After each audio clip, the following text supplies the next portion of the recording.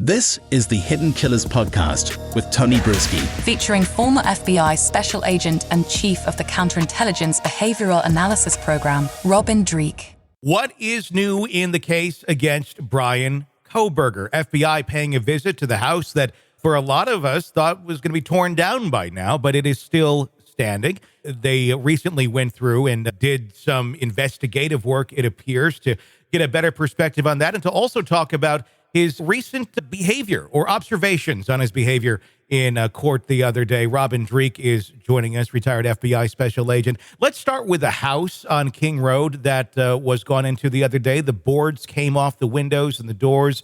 They went in. We've heard different things of different scanning equipment being used and such. Can you expand upon that a little bit more as to what exactly they were doing in there the other day? And are they looking for something? Is this in preparation for the upcoming trial? What can you say? My guess is it's mostly in preparation for the upcoming trial. As we've seen in some of the other cases we've covered, being able to have the jury go through places and experience things firsthand really makes an emotional impact. And since this building is scheduled to be torn down, rightfully so, for the community, and the healing process needs to go on, what's most likely going on is, and what we've seen is, they want to be able to reconstruct things, paint the picture virtually for people in the courtroom. So I think they want to be really accurate on where things are at, the way they looked, so they could actually recreate the scene as necessary for the jury in the courtroom when that comes to bear. Is that going to be? That's my guess. At this point, it's such a high-profile case in which so many twists and turns in a way of evidence gathering. Hard not to think that place has been scrubbed up and down, literally going with a fine-tooth comb to get everything they need out of there. So I don't think they're going for more evidence. I mean, it almost seems on the surface, if you know nothing about the case, to hear that this one man went into this home, brutally stabbed 4 people the way he did, and 2 people in the basement really didn't know much about it. It almost seems like, how is that even possible? How would one person do this? How would he not be overpowered by the group of people that were there? But clearly, whoever did this, if it is indeed Bryan Kohberger, he wasn't. How important is the layout and painting that picture for the jury so they can really fully understand logistically how this, in fact, could be very possible?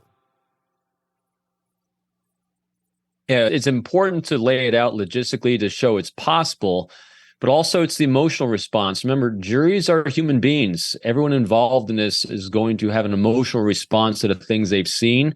And so when you take photographs and you're putting photographs, of the crime itself, as horrendous as it's going to be, they're going to show, I'm sure they're going to show bed sheets covered and splattered in blood. I don't even want to go into the graphic detail of it.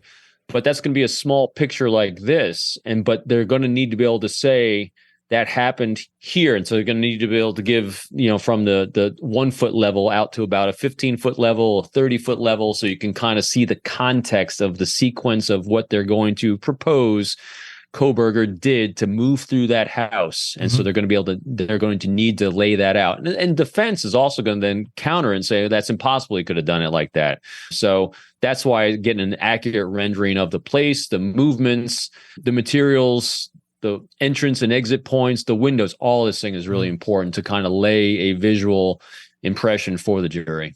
Is this probably one of the last times they go into the house? Is there anything else that could possibly be gathered? I had asked earlier about evidence in this. Is everything pretty much gathered by this point? Is there anything special that they would be bringing in now to look into anything for DNA or what have you? Or is that's all said and done by now? I would think it's all said and done.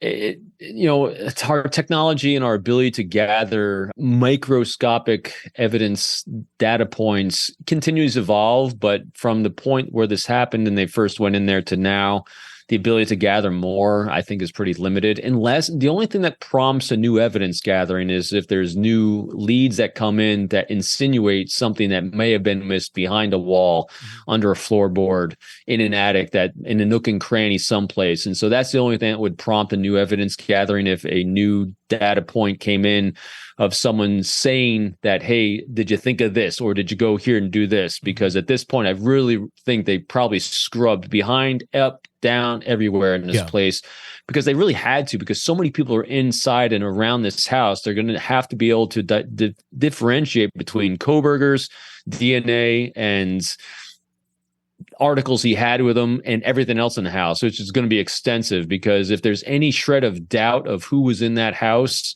it's going to help the defense out on this. So I think they're going to do all they can, have done all they can. So hard to think that they went in and got more evidence, but if something led them to want to do that, we don't know. Yeah, pictures, diagrams, videos, the virtual way that they can show things now. I mean, what I was thinking of very much, we're with a lot of real estate now. When you sell a home, they can go in and create that whole virtual diagram, and you can walk through it, and it's really kind of amazing. I'm assuming maybe some of those things were being done to help paint the picture for the jury. But should the house itself just remain standing until this is done, in case they do want to take the jury there, as they did in the Alec Murdaugh case? Many jurors saying that really was a very impactful moment for them to go and see the actual scene of the crime. Should it be preserved in this case as well? I was thinking of the Murdaugh case, exactly the same point there. Boy, it's hard to say. Should it? Should comes down to the emotions and the pain involved with the families, the schools, and the whole system. Would it help the prosecution? I think so.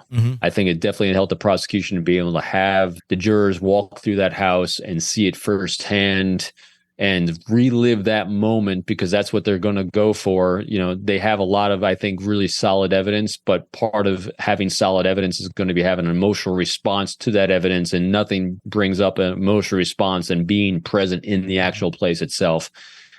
But that's going to be a discussion between all the parties involved, obviously, because there's a lot of other emotions at play, not just the prosecutions in this case. Want to listen ad-free? Want advanced access to all of our interviews before anyone else? Become a True Crime Today Premium Plus subscriber on Apple Podcasts. You get every episode commercial-free, so you can binge on true crime until you can binge no more. Search True Crime Today Premium Plus on Apple Podcasts now, or go to our podcast page and sign up now. More of the Hidden Killers podcast next.